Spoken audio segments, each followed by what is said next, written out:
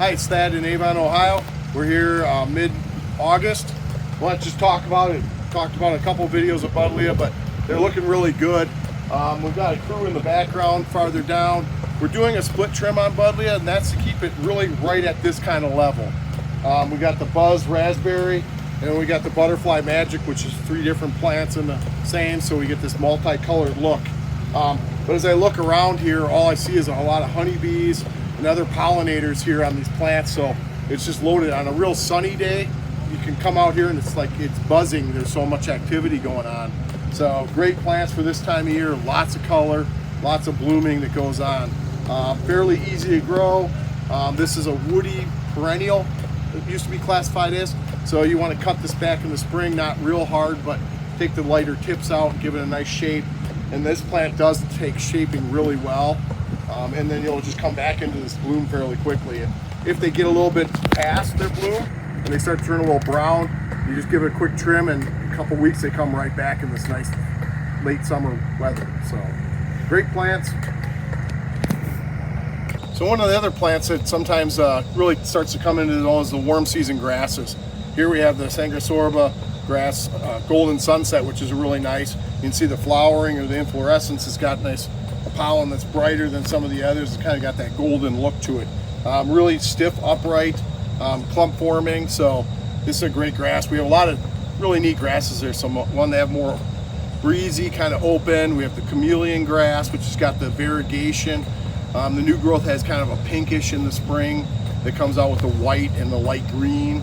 Lots of different varieties. This one just really stands out right now because of the contrast with the inflorescence and the foliage being darker.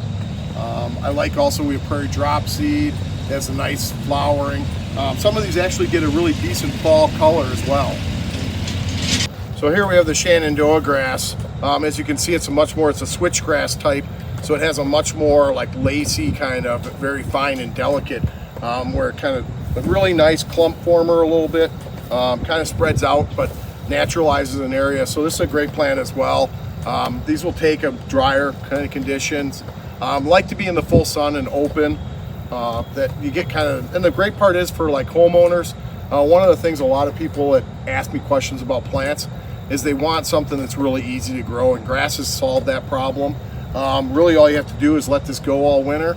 It stands up, holds up, kind of just turns gray or brown, and then in the spring you just cut it back towards the ground and it pops back up and goes. Real easy grasses to grow once they're in your landscape. So if you haven't looked at grasses, this is a great plant to bring in for fall. Another one that I want to talk about in fall here is Heliopsis Forged in Fire from Proven Winners. This is a really nice plant. We got a good little crop here. It's all bud just starting to come here, but I really want to show you what the flowers look like. That's just a really nice set, large flower, stands out, kind of reminds me of autumn here. And this is one that will grow through the fall here and continue to bloom. So real easy plant to grow, nice and be great as a border plant or an accent. Some of the other stuff that we got in here, this is kind of later canning, but you can see down through we've got a number of different things going on. Some of the other stuff I want to do a little bit, I didn't talk too much about growing degree days lately. We're kind of past a lot of the pests kind of emerging at this point, but there are some pests that just are generally out there. As we go through into the fall here, and here in Avon, we've been wet and cool lately, much more cooler in August than we normally are. And what that can cause is we can start to see aphids become a problem. When we get cool, wet weather for extended periods of time, it's time to start watching for aphids. When we got the hot weather early, right after on the backside, when we had those mid 90-degree days, we had several in a row, spider mites, 2-spot spider mites started to blow up. So as you're out scouting your areas, looking for things, you want to make sure that you're looking for aphids this time of year. And get to know where they persist within a plant. Some plants like blue-eyed grass, the aphids generally are way down inside.